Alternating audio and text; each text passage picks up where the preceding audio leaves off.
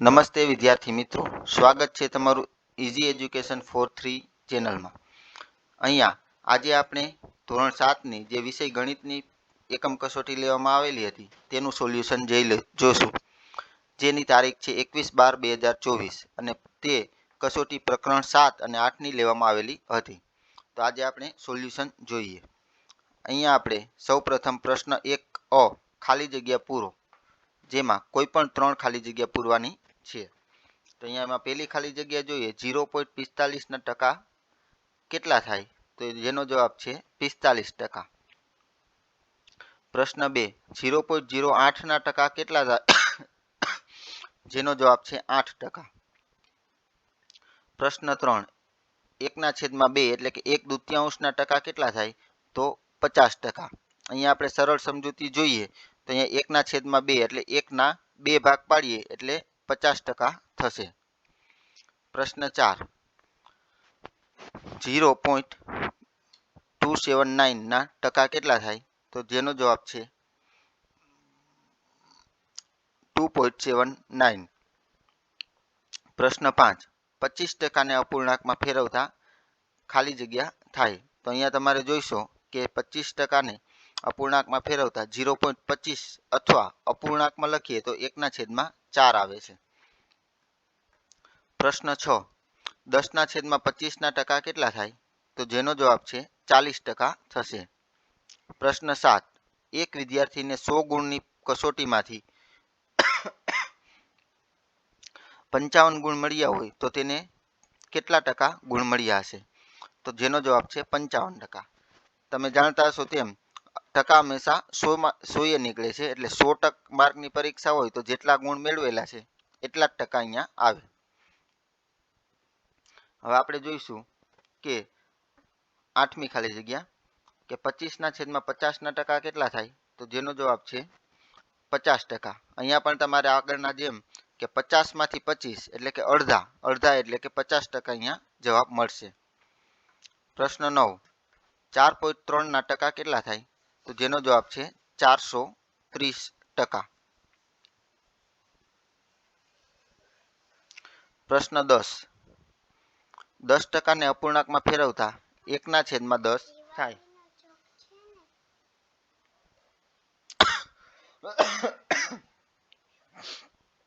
હવે આગળ આપણે પ્રશ્ન 1b જોઈએ. યોગ્ય વિકલ્પ પસંદ કરો. જેમાં પેલું છે 5/4ને ટકામાં ફેરવતા શું મળે, તો જેના 4 જવાબ છે એમાંથી સાચો જવાબ છે બ 125%. પ્રશ્ન બીજો ખાલી જગ્યાના 50% બરાબર 600 રૂપિયા. તો એવી કઈ સંખ્યા છે જેના 50% એટલે કે અડધા કરો તો 600 થાય. તો સામાન્ય આપણે જોઈએ કે 1200 રૂપિયા હોય તો એના 50% એટલે 600 થશે, એટલે જવાબ આવશે ક 1200. પ્રશ્ન 3 0.65ને ટકામાં ફેરવતા શું મળે, જેનો જવાબ છે ડ 65%. પ્રશ્ન 4 1/2ને ટકામાં ફેરવતા શું મળે, તો આ ખાલી જગ્યા આપણે આગળ જોઈ ગયા કે 1/2 એટલે એક સંખ્યાના 2 ભાગ પાડીએ તો 50% થાય, એટલે જવાબ બ મળે છે.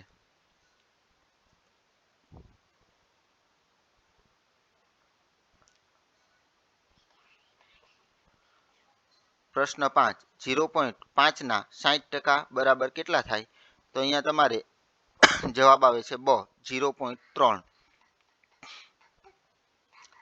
પ્રશ્ન 6 125%ને અપૂર્ણાંકમાં દર્શાવતા ખાલી જગ્યા લખાય, તો જેનો જવાબ છે 5/4.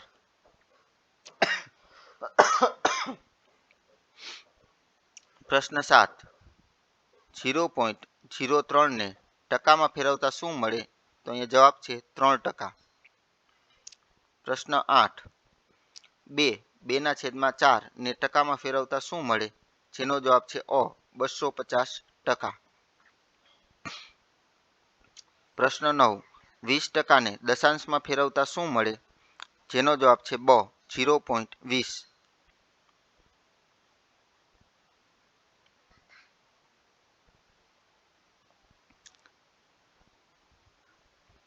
પ્રશ્ન 10 3/50 ટકા કેટલા થાય, જેનો જવાબ છે અ 6%. હવે આપણે આગળ પ્રશ્ન બીજો અ જોઈએ, જેમાં લખેલું છે કે દાખલો ગણો કોઈ પણ એક. તેના માટેની અધ્યયન નિષ્પત્તિ છે નફા ખોટની ટકાવારીની તેમજ સાદા વ્યાજના વ્યાજ દરની ગણતરી કરવી. તો તેના માટે પેલું છે 1000 રૂપિયાનું 3% લેખે 2 વર્ષનું સાદું વ્યાજ કેટલું થાય. તેના માટે સૌપ્રથમ આપણે અહીંયા જે કુલ રૂપિયા હશે તે ને આપણે મુદ્દલ એટલે કે પી કહીશું. પછી અહીંયા 3% આવે છે. ટકા છે એ વ્યાજનો દર એટલે કે આર છે, અને 2 વર્ષની મુદત છે એટલે એને ટી કહેવામાં આવે છે. હવે સાદા વ્યાજની ગણતરી માટે આપણી પાસે સૂત્ર છે જે તમારે ટેક્સ્ટ બુકમાં આપેલું છે. આઈ બરાબર પી ટી આર છેદમાં 100. હવે અહીંયા આપણે જોઈશું કે અહીંયા પી આવ્યો, તો પીની જગ્યાએ આપણે અહીંયા પીની કિંમત છે 10,000, તો અહીંયા પીની જગ્યાએ આપણે અહીંયા 10,000 મૂકેલા છે. ટી એટલે કે મુદત છે આપણે 2 વર્ષ, એટલે ટીની જગ્યાએ 2 વર્ષ મૂકેલા છે. પછી આર આવે છે અહીંયા, તો આર છે એ વ્યાજનો દર છે જે 3% છે, એટલે આપણે અહીંયા આરની જગ્યાએ 3% મૂકેલા છે. એટલે અહીંયા પી ટી અને આર એની અહીંયા ઉપર કિંમત મૂકેલી છે અને છેદમાં 100 છે. હવે ઉપર નીચે સરખા અહીંયા જોઈએ કે 2 શૂન્ય છે, તો આમાંથી 2 શૂન્ય નીકળી જશે એટલે અહીંયા 100 વધશે. 100 ગુણ્યા 2 એટલે 200, 200 ગુણ્યા 3 એટલે 600. એટલે 10,000નું 3% લેખે 2 વર્ષનું સાદું વ્યાજ 600 રૂપિયા મળે છે. દાખલો બીજો જોઈએ. 2000 રૂપિયાનું 5% લેખે 3 વર્ષનું વ્યાજ મુદ્દલ કેટલું થાય. અહીંયા આપણે જોઈશું કે 2000 રૂપિયા છે એ મુદ્દલ છે, 5% વ્યાજનો દર અને 3 વર્ષ છે એ મુદત છે, જેની કિંમત આપણે આઈ બરાબર પી ટી આર એમાં મૂકીએ એટલે 2000 વત્તા 3 ગુણ્યા 5 છેદમાં 100. અહીંયા શૂન્ય શૂન્ય ઉડી જાય એટલે અહીંયા 20 વધશે. 20 ગુણ્યા 3 એટલે 20 તેરી 60, 60 ગુણ્યા 5 એટલે 300 રૂપિયા છે એ વ્યાજ છે. હવે વ્યાજ છે તો તેના માટે આપણે આગળ વ્યાજ મુદ્દલ જોઈએ તો કેટલું થશે. તો આપણે અહીંયા જોઈશું કે વ્યાજ મુદ્દલ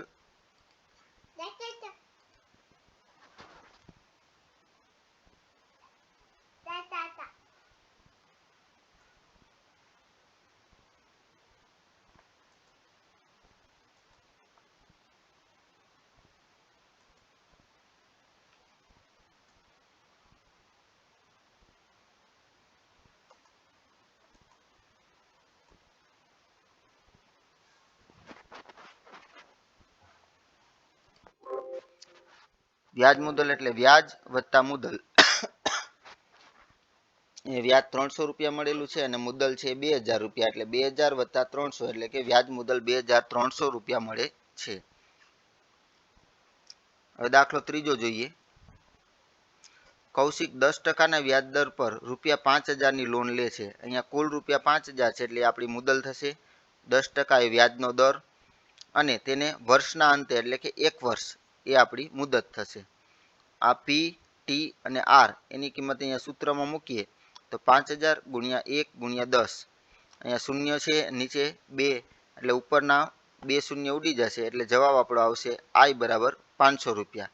એટલે વર્ષના અંતે તેને 500 રૂપિયા વ્યાજ ચૂકવવું પડે. પ્રશ્ન 4. ધવલની વાર્ષિક આવક 5%ના વ્યાજ દર પર રૂપિયા 20,000ની લોન લે છે, તો તેનો વર્ષના અંતે કેટલું વ્યાજ ચૂકવવું પડે. અહીંયા પણ આપણે મુદ્દલ છે 20,000, વ્યાજનો દર 5% અને વર્ષના અંતે એટલે કે 1 વર્ષ છે એ આપણે મુદત છે, જેની કિંમત આપણે સૂત્રમાં મૂકીએ તો આઈ એટલે કે વ્યાજ એ 1000 રૂપિયા, એટલે વર્ષના અંતે તેને 1000 રૂપિયા વ્યાજ ચૂકવવું પડશે. દાખલો 5મો, જેમાં મુદ્દલ છે 5000, વ્યાજનો દર છે 2% અને મુદત એટલે કે 3 વર્ષ છે, ટી એટલે 3 વર્ષ છે. પી ટી અને આર એની કિંમત આપણે અહીંયા સૂત્રમાં મૂકીએ તો પીની જગ્યાએ 5000, ટી એટલે 3000, 3 અને આર એટલે કે 2. અહીંયા પણ આપણે નીચે 2 શૂન્ય છે અને ઉપરના 2 શૂન્ય નીકળી જશે એટલે 50 ગુણ્યા 3 એટલે 150 ગુણ્યા 2 એટલે I બરાબર 300 રૂપિયા છે એ સાદું વ્યાજ મળશે.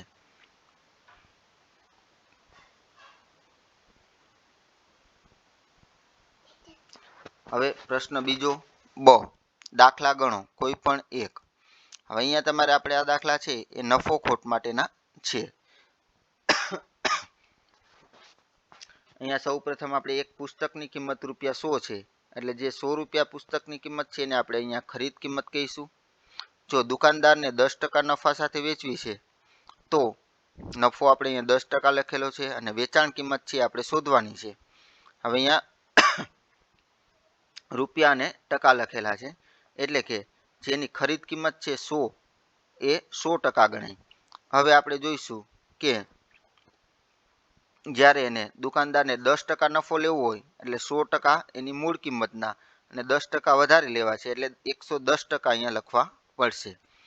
હવે અહીંયા આપણે 110 નો 100 સાથે ચોકડી ગુણાકાર થશે અને 100% છે એ અહીંયા છેદમાં આવશે, એટલે 100 ઉડી જશે અને 110 રૂપિયા છે એ મળશે.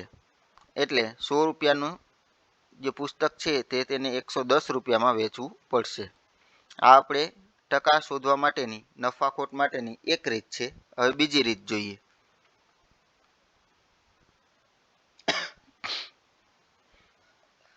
ખરીદ કિંમત 1200, વેચાણ કિંમત શોધવાની છે અને નફો છે 20%.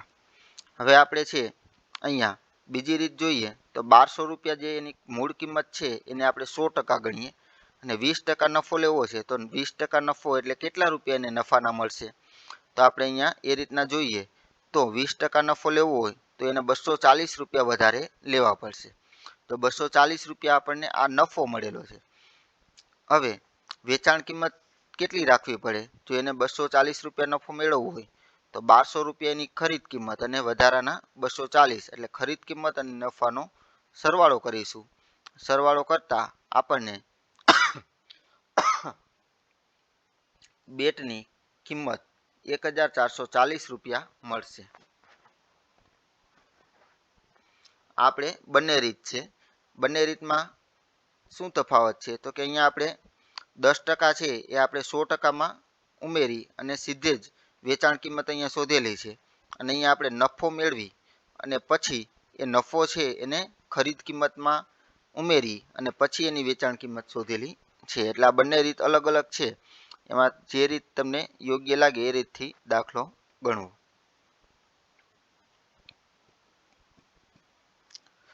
પ્રશ્ન 3, એક બાસ્કેટબોલની કિંમત ₹700 છે.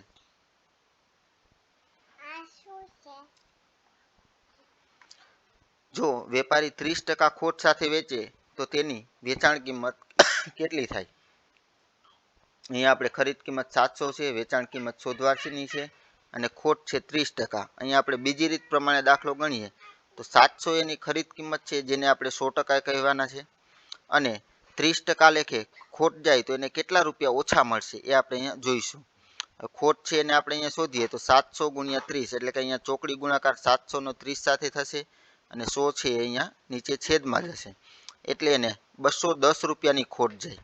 હવે 210 રૂપિયા એને ઓછા મળે તો એની વેચાણ કિંમત કેટલી હશે, તો વેચાણ કિંમત શોધવી હોય તો ખરીદ કિંમતમાંથી ખોટના જે રૂપિયા છે એ આપણે બાદ કરવા પડે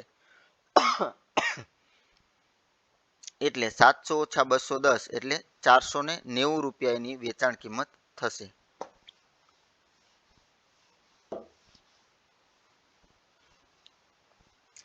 હવે આગળ જોઈએ. એક કારની કિંમત 3 લાખ રૂપિયા છે. જો 10% ખોટ સાથે વેચવામાં આવે તો વેચાણ કિંમત કેટલી થશે. હવે કારની ખરીદ કિંમત 3 લાખ રૂપિયા છે અને ખોટ 10% જાય છે તો આપણે જોઈશું કે 10% લેખે એને કેટલા રૂપિયા ઓછા મળે છે. તો અહીંયા આપણે ખોટ શોધવા માટે 3 લાખનો 10 સાથે ગુણાકાર કરી છેદમાં 100 લેતા 30,000 રૂપિયાની એને ખોટ જાય છે. એટલે એને કારની ખરીદ કિંમત છે એના કરતાં 30,000 રૂપિયા ઓછા મળે છે. એટલે 3,000 છે એમાંથી 30,000 બાદ કરીએ એટલે એને કારની વેચાણ કિંમત છે એ 2,70,000 રૂપિયા થશે.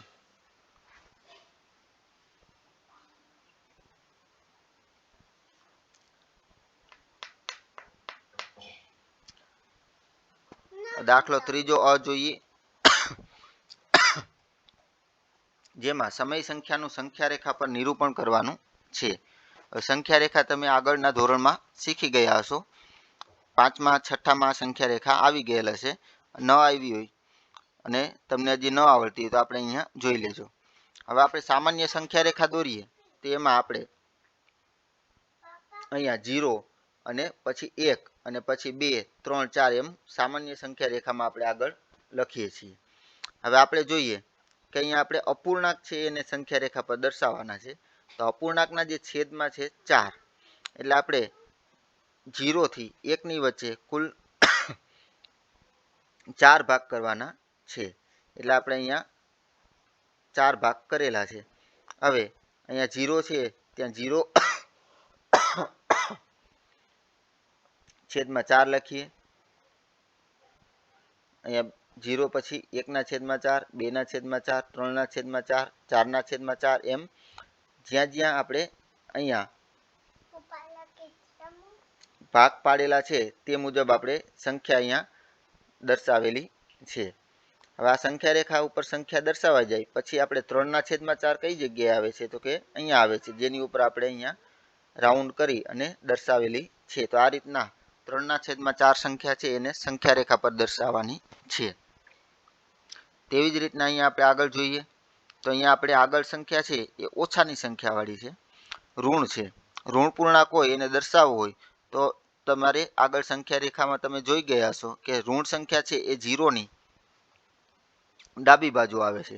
એટલે આપણે અહીંયા 0 લખેલા છે, આગળ અહીંયા -1, અહીંયા -2, આગળ -3 આવે, પણ આપણે -3 સુધી જઈશું નહીં કારણ કે તેની અહીંયા જરૂરિયાત નથી. હવે આપણે 0 થી આપણે -1 છે એની વચ્ચે અહીંયા છેદમાં 3 છે એટલે 3 ભાગ પાડવાના છે. અહીંયા 1 ભાગ, બીજો ને ત્રીજો. અહીંયા 0 છે ત્યાંથી 0/3 લખીએ, પછી -1/3 એમ ક્રમ મુજબ આગળ વધવાનું છે. તો એ મુજબ આપણે અહીંયા લખીએ તો જોવાનું કે -2/3 કઈ જગ્યાએ આવે તો અહીંયા આપણે રાઉન્ડ કરી અને દર્શાવેલી છે.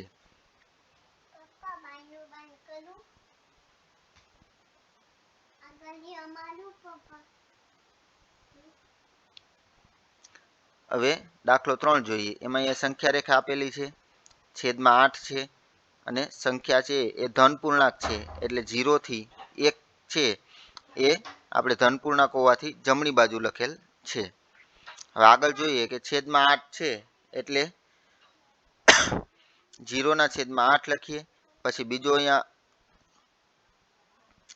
કાપો આવે છે ત્યાં આપણે 1/8 લખીએ, એના પછીના લીટી છે ત્યાં આપણે 2/8 લખીએ. એમ ક્રમ મુજબ આગળ લખવાનું છે અને યાદ રાખવાનું કે છેદમાં બધાના 8 જ આવશે.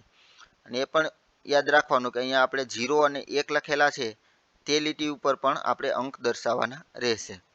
તો એ મુજબ આગળ વધીએ તો અહીંયા 3/8 છે એ અહીંયા આપણે રાઉન્ડ દ્વારા દર્શાવેલ છે. દાખલો 4 જોઈએ.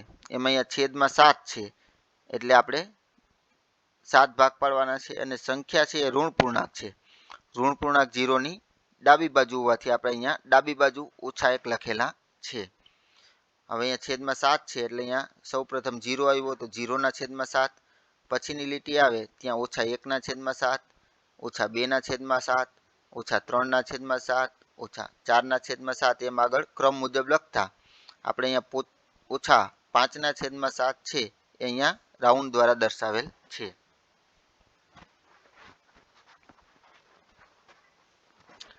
આગળ જોઈએ દાખલો 5મો. એમાં છે 3/2 અને સંખ્યા ધન પૂર્ણાંક છે. ધન પૂર્ણાંક હોય એટલે આપણે અહીંયા છે સંખ્યા રેખા પર 0, 1 અને અહીંયા 2 છે એ આપણે 0ની જમણી બાજુ દર્શાવેલા છે. કારણ કે સંખ્યા રેખા પર ધન પૂર્ણાંક 0ની જમણી બાજુ અને ઋણ પૂર્ણાંક 0ની ડાબી બાજુ આવેલા હોય છે.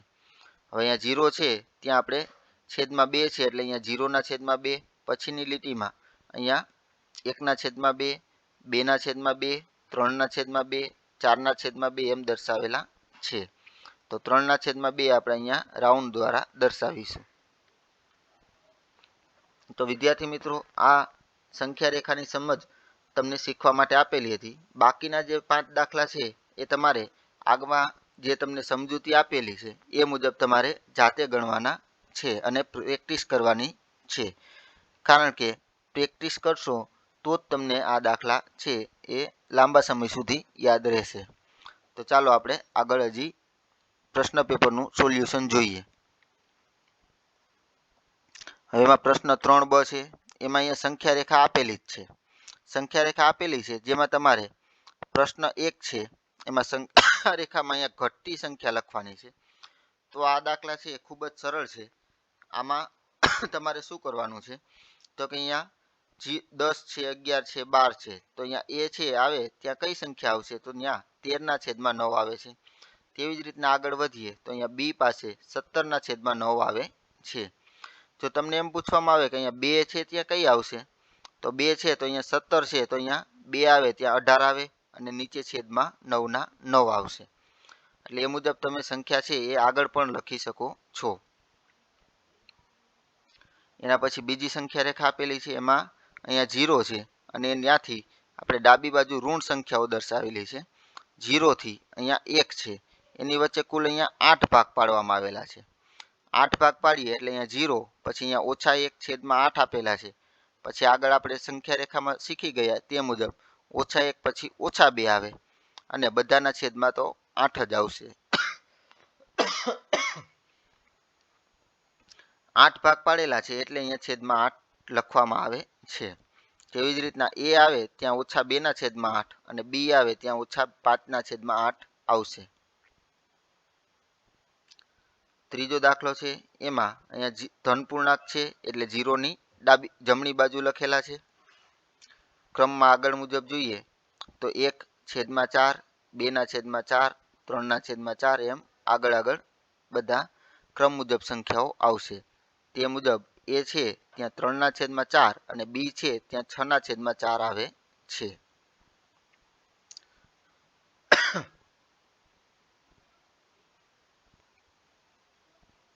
હવે પ્રશ્ન 4અ જોઈએ. એમાં સૌ પ્રથમ અહીંયા તમે જોશો કે પ્રશ્ન 4 શીખતા પહેલા આપણે અહીંયા લસા કઈ રીતના લેવો એ શીખવાનું છે. હવે લસા માટે આપણે અહીંયા ઉદાહરણ આપેલું છે કે 15 અને 10નો તમારે લસા લેવો છે. તો 15 છે એના જે અવયવ પડતા હોય તે આપણે અહીંયા લખેલા છે. તે જ રીતે 10ના અવયવ અહીંયા લખેલા છે 5 × 2. હવે બંનેમાં સરખી સંખ્યા કઈ છે તો કે બંનેમાં સરખા 5 છે. તો એ અહીંયા આપણે બંનેમાં છે તો એક જ વખત લેવાના થશે. પછી બીજું કંઈ સરખું નથી મળતું તો વધેલી સંખ્યા 3 અને 2 અહીંયા આપણે ગુણાકારમાં લખેલા છે. તો 5 × 2 × 3 એટલે 5 દુ 10, 10 તેરી 30 એટલે 15 અને 10નો લસા 30 આવે છે. જે આપણે તમારે અવયવ અને અવયવી એવો પાઠમાં આ લસા લેતા તમે શીખી ગયા હશો.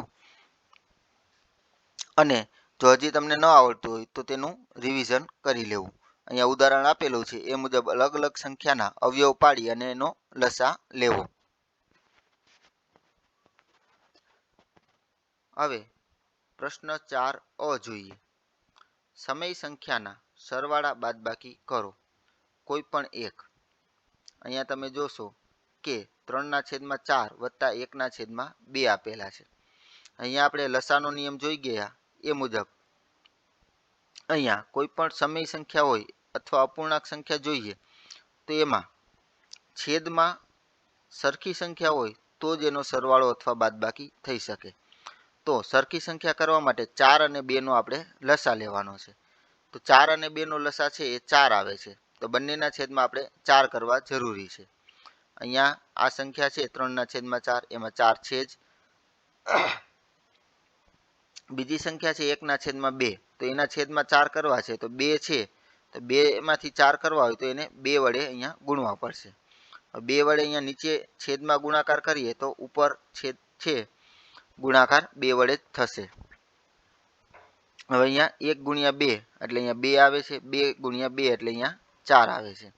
હવે છેદ બંનેના 4 મળી ગયા તો પછી ઉપરની સંખ્યાનો અહીંયા સરવાળો થશે એટલે 3 + 2 એટલે જવાબ 5/4 મળશે.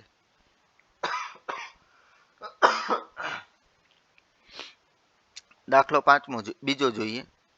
5/4 છે અહીંયા વત્તા કૌંસની અંદર -11/4 છે. સૌ પ્રથમ અહીંયા આપણે કૌંસ દૂર કરીશું. કૌંસ દૂર કરીએ ત્યારબાદ અહીંયા જોઈએ કે કૌંસ દૂર કરીએ તો અહીંયા વત્તા અને ઓછા બંનેની નિશાની છે, એટલે બંનેમાંથી એક નિશાની અહીંયા વચ્ચે આવશે. તો કઈ રીતના? તો કે વત્તે ઓછે ઓછા થશે, એટલે અહીંયા ઓછાની નિશાની આવશે.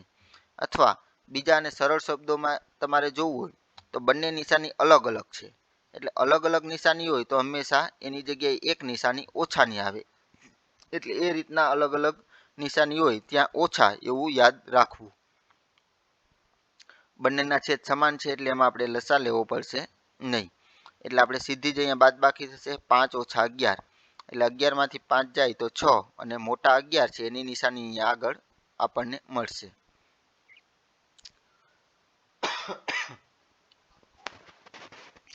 દાખલો ત્રીજો જોઈએ. એમાં 3/5 - 1/3 છે.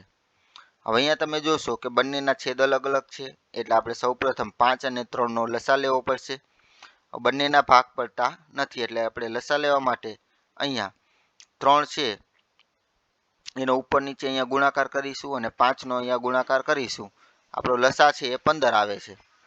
હવે 15 લસા લેવા માટે આપણે 3 વડે અને 5 વડે ગુણાકાર કરીએ, પછી બંનેના છેદ સરખા થઈ જાય. પછી અહીંયા 9 - 5 એટલે કે ઉપરની સંખ્યાની બાદબાકી કરીશું, એટલે 9 માંથી 5 જાય તો 4 મળે છે અને છેદમાં 15/15. હવે 9 મોટી સંખ્યા છે એટલે એની નિશાની અહીંયા વત્તા જ રહેશે, એટલે આપણે જવાબ ધન પૂર્ણાંક મળે છે. દાખલો ચોથો જોઈએ. એમાં અહીંયા મિશ્ર પૂર્ણાંક આપેલો છે. મિશ્ર અપૂર્ણાંક આપેલા હોય ત્યારે અહીંયા આપણે સૌપ્રથમ એને અપૂર્ણાંકમાં ફેરવવા જોઈએ. તો તેના માટે આપણે શું કરીશું? તો કે અહીંયા છેદમાં જે સંખ્યા છે તેનો આગળની સંખ્યા એટલે કે 2 સાથે ગુણાકાર થશે, એટલે 4 × 2 એટલે 4 દુ 8.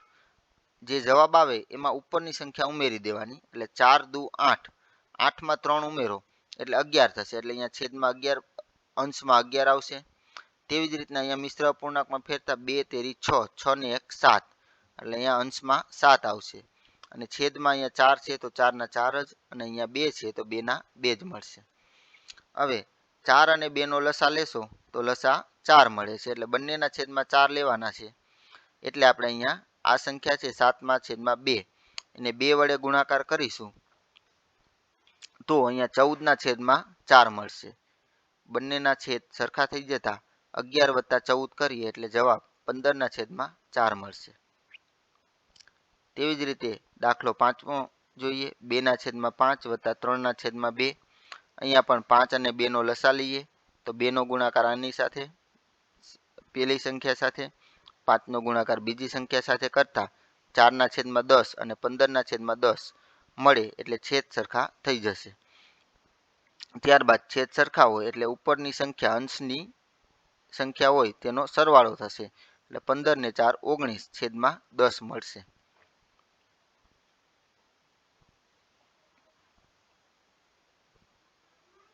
હવે પ્રશ્ન 4b જોઈએ. એમાં તમારે છે સમય સંખ્યાના ગુણાકાર ભાગાકાર કરવાના છે.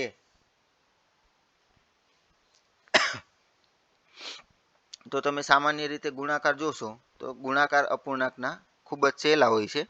જેમાં પહેલો દાખલો જોઈએ કે 3/11 × 2/5. અહીંયા અંશનો ગુણાકાર અંશ સાથે અને છેદનો ગુણાકાર છેદ સાથે થશે, એટલે 3 × 2 એટલે 6, 11 × 5 એટલે 55 મળે છે. દાખલો બીજો જોઈએ. અહીંયા 3/-5 છે ગુણ્યા -5/3 છે. હા, આપણે અહીંયા એ જાણવું જરૂરી છે કે જ્યારે કોઈ પણ અપૂર્ણાંકના ગુણાકાર થતા હોય ત્યારે અંશમાં કોઈ સંખ્યા હોય અને છેદમાં સંખ્યા હોય, બંને સરખી સંખ્યા હોય તો એ બંને સંખ્યા છે એ ઉડી જાય છે. તો અહીંયા આપણે જોઈશું કે અહીંયા અંશમાં 5 છે અને અહીંયા છેદમાં પણ 5 છે, તો બંને 5 નીકળી જશે. અહીંયા ઉપર 3 છે તો નીચે 3 પણ નીકળી જશે, એટલે બધી જ સંખ્યા છે એ નીકળી જશે, એટલે જવાબ છે એ 1 આવે છે.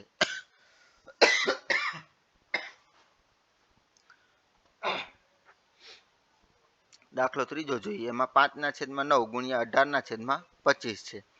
આવી રીતના અપૂર્ણાંકનો ગુણાકાર હોય તો સૌ પ્રથમ આપણે છે એ જોવાનું થશે કે 5 છે એના છેદમાં 9 છે તો 9ના ભાગ પાડીએ, અથવા અહીંયા 18 છે અને અહીંયા છેદમાં 25 છે, તો સંખ્યાના આમાંથી ભાગ પાડી અને ઉપર અને અંશમાં અને છેદમાં કોઈ સરખી સંખ્યા મળે તો એ નીકળી જશે. હવે અહીંયા આપણે સૌપ્રથમ જોઈશું કે 18ના ભાગ પાડીએ તો 9 ગુણ્યા 2 એટલે 9 દુ 18 થશે. અહીંયા 25 છે તો એના ભાગ અહીંયા નીચે લખેલા છે, 5 ગુણ્યા 5 એટલે 25. હવે અહીંયા 9 છે છેદમાં અંશમાં 9 છે એ બંને નીકળી જશે, અહીંયા 5 છે અહીંયા 5 છે નીકળી જશે, એટલે જે વધશે એ તમારો જવાબ મળશે. જવાબ છે 2/5.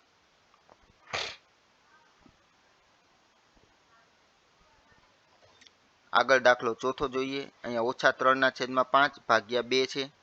હવે અપૂર્ણાંકનો ભાગાકાર એટલે તેના વ્યસ્ત સાથે ગુણાકાર. અહીંયા આપણે -3/2 ભાગ્યા 2/1 છે, તો ભાગાકાર છે એ કરવો હોય તો તેના વ્યસ્ત સાથે અહીંયા ગુણાકાર થશે. એટલે અહીંયા 2/1 છે તેનો વ્યસ્ત કરીએ તો 1/2 આવે. હવે કદાચ તમે નહીં જાણતા હો તો એ જાણી લ્યો કે વ્યસ્ત એટલે સંખ્યા જે અપૂર્ણાંક હોય એને અંશમાં હોય એ સંખ્યાને અહીંયા છેદમાં લઈ લેવાની, અને છેદમાં હોય એને અંશમાં લઈ લેવાની, એટલે કે સંખ્યા છે એને ઉલટાવવાની થશે, એટલે એનો વ્યસ્ત કહેવાય. અહીંયા સંખ્યાને ઉલટાવતા અહીંયા -3નો 1 સાથે ગુણાકાર એટલે -3 અને 5નો 2 સાથે ગુણાકાર એટલે 10, એટલે જવાબ -3/10 થશે. દાખલો 5મો. -7/12 ભાગ્યા 7/12. હવે અહીંયા અપૂર્ણાંકનો ભાગાકાર એટલે એના વ્યસ્ત સાથેનો ગુણાકાર. એટલે ભાગાકારની સંખ્યા પછી જે સંખ્યા છે તેનો આપણે અહીંયા વ્યસ્ત લેવામાં આવે છે. એટલે અંશમાં જે સંખ્યા હોય એ છેદમાં જતી રહેશે, અને છેદમાં જે 12 છે એ અહીંયા અંશમાં જતા રહેશે, અને વચ્ચે ભાગાકારની જગ્યાએ ગુણાકાર આવી જશે. હવે ઉપર નીચે સરખી સંખ્યા છે, 7 7 એ નીકળી જશે, 12 12 નીકળી જશે, એટલે જવાબ -1 મળશે.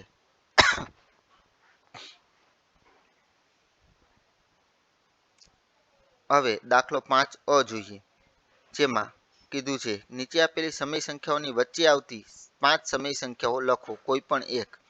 અહીંયા આપણે કોઈ પણ એક દાખલો ગણવાનો છે. હવે આપણે આગળ જોઈએ કે અહીંયા અપૂર્ણાંક આપેલા છે પહેલા દાખલામાં 2/3 અને 4/5. હવે કોઈ પણ અપૂર્ણાંકનો સરવાળો બાદબાકી કરવો હોય કે તેમની વચ્ચેની સંખ્યા જોઈતી હોય તો સૌપ્રથમ તેના છેદ સરખા કરવા પડે, એટલે એનો લસા લેવો પડે. તો લસા લેવો કઈ રીતના એ આપણે આગળ જોઈ ગયા છીએ. અહીંયા 3 અને 5નો લસા લેવો છે તો અહીંયા આપણે 5નો ગુણાકાર અહીંયા 2/3 સાથે કરેલો છે, અને અહીંયા 3નો ગુણાકાર અહીંયા 4/5 સાથે કરેલો છે. હવે ગુણાકાર છે તેને અહીંયા ગુણાકાર કરી અને પછી એને કિંમત લખીએ તો 10/15 અને 12/15 મળે છે. હવે આપણે વચ્ચેની સંખ્યા જોઈએ છીએ તો અહીંયા 12 અને અહીંયા 10 મળે છે, તો 10 અને 12 વચ્ચે આપણને એક જ સમય સંખ્યા મળશે, 11/15. તો એક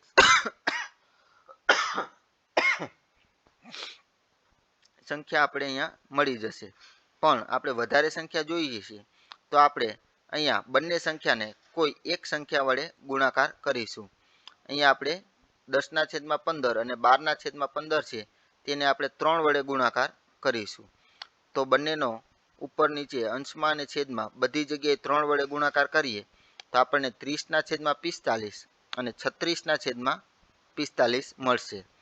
તો હવે તેની વચ્ચેની સંખ્યા જોઈતી હોય તો 30 પછી 31 આવે, એટલે 31/45, 32/45, 33/45, એમ કુલ 5 સમય સંખ્યાઓ મળશે. અહીંયા દાખલો બીજો છે તે પણ એ જ રીતના 2 અને 5નો લસા લેવામાં આવેલો છે, એટલે આપણને 5/10 અને 6/10 મળશે. હવે તેની વચ્ચે કોઈ સંખ્યા મળતી નથી તો આપણે બંનેનો ગુણાકાર 5 5 સાથે કરીશું, એટલે 25/50 અને 30/50 મળશે. એટલે 25 થી 30 વચ્ચે આપણને અહીંયા 5 સંખ્યાઓ મળે છે. તેવી જ રીતના દાખલો ત્રીજો જોઈએ. એમાં 5 અને 3નો લસા લેવો છે, તો અહીંયા 7/5ને 3 વડે અને 5/3ને 5 વડે ગુણાકાર કરીશું. ગુણાકાર કરતા અહીંયા 21/15 અને 25/15 મળશે. આ બંનેની વચ્ચેની સંખ્યા જોતી હોય તો 22, 23 ને 24 એમ 3 જ સંખ્યા મળશે. એટલે આપણે વધારે સંખ્યા જોઈએ છીએ એટલે આપણે અહીંયા 4 વડે ગુણાકાર કરીશું. એટલે અહીંયા 21 × 4 કરીએ તો 84 મળશે અને 25 × 4 એટલે 100 અને છેદમાં 60 એટલે કે સરખી સંખ્યા મળશે. અહીંયા 84 થી 100 ની વચ્ચે ઘણી બધી સંખ્યા મળશે જે આપણે વચ્ચેની સંખ્યા કહેવાશે. તે બધી સંખ્યા અહીંયા દર્શાવેલી છે. તેવી જ રીતના 2 દાખલા છે તે તમારે ગણવાના રહેશે. એની સમજૂતી તમને અહીંયા આપી દઉં. અહીંયા બંનેના છેદ સરખા કરવા માટે અહીંયા 2 છે એને અહીંયા ઉપર નીચે ગુણાકાર કરવાનો, 7નો અહીંયા ઉપર નીચે ગુણાકાર કરવાનો. એટલે પછી જે સંખ્યા આવે એની વચ્ચેની સંખ્યા તમારે છે એ મળી જશે. અને જો વધારે સંખ્યા જોતી હોય તો જે જવાબ આવે એને પછી તમારે કોઈ પણ 2, 3, 4 એમ કોઈ પણ સંખ્યા વડે ફરીથી ગુણાકાર કરશો એટલે વધારે સંખ્યા મળશે. તેવી જ રીતના આ દાખલો પણ તમારે ગણવાનો છે. હવે પ્રશ્ન 5b જોઈએ. એમાં લેસ ધેન, ગ્રેટર ધેન અને બરાબર છે આપેલા છે તેમાંથી કોઈ યોગ્ય સંકેત પસંદ કરીને ખાલી જગ્યામાં પૂરવાનું છે. જેમાં અહીંયા પહેલી ખાલી જગ્યા છે એમાં લેસ ધેન, બીજી ખાલી જગ્યામાં પણ લેસ ધેન, ત્રીજી ખાલી જગ્યામાં ઇક્વલ એટલે કે બરાબરની નિશાની આવશે, ચોથીમાં ગ્રેટર ધેન, પાંચમીમાં બરાબર, છઠ્ઠીમાં બરાબર, સાતમીમાં ગ્રેટર ધેન, આઠમીમાં ગ્રેટર ધેન, નવમીમાં ગ્રેટર ધેન અને 10મામાં લેસ ધેન આવશે. હવે અહીંયા સાદી સમજૂતી તમને આપી દઉં તો અહીંયા પહેલાં આપણે બરાબર કેવી રીતે આવ્યા એ જોઈએ. તો બરાબરની નિશાની આમાં તો તમને ખબર જ છે, બંને બાજુ સંખ્યા સરખી છે એટલે બરાબર આવ્યા. અહીંયા તો કે અહીંયા આપણે 14ના ભાગ પાડીએ, 7 દુ 14 અને 8 દુ 16 એટલે 2 સરખા ઉડી જશે એટલે 7/8 વધશે એટલે બરાબર આવેલા છે. તે રીતના અહીંયા પણ આપણે જોઈએ કે 5 દુ 10 અને 5 તેરી 15 એટલે 5 પાટ ઉડી જશે એટલે અહીંયા 2/3 મળશે. તેવી જ રીતના અહીંયા 2 દુ 4 અને 3 દુ 6 2 ઉડી જશે એટલે 2/3 મળશે એટલે અહીંયા પણ બરાબર આવશે. અહીંયા લેસ ધેન અને ગ્રેટર ધેનની નિશાની કઈ રીતના આવી એ જાણવું હોય તો એના માટે તમારે અહીંયા બંનેના છેદ સરખા કરી એટલે કે લસા લઈ અને પછી જેમાં ઉપર મોટી સંખ્યા હોય તો મોટી અને નાની સંખ્યા હોય એને નાની કહેવાશે. તો અહીંયા આપણી ધોરણ 7ની તારીખ 21/12/2024ના રોજ લેવામાં આવેલી એકમ કસોટીનું સંપૂર્ણ સોલ્યુશન તમને અહીંયા આપવામાં આવેલું છે. તો વિદ્યાર્થી મિત્રો, અમારી યુટ્યુબ ચેનલ ઇઝી એજ્યુકેશન 4.3માં તમારે ધોરણ 6, 7, 8ના ગણિત વિજ્ઞાનના વિડીયો ઘણા બધા મૂકવામાં આવેલા છે, જેમાં પાઠની તમને સમજાય એ રીતના સમજૂતી આપવામાં આવેલી છે. તમારી યુટ્યુબ ચેનલ ઇઝી એજ્યુકેશન 4.3ને લાઇક, શેર અને સબસ્ક્રાઈબ કરવાનું ભૂલશો નહીં. આભાર.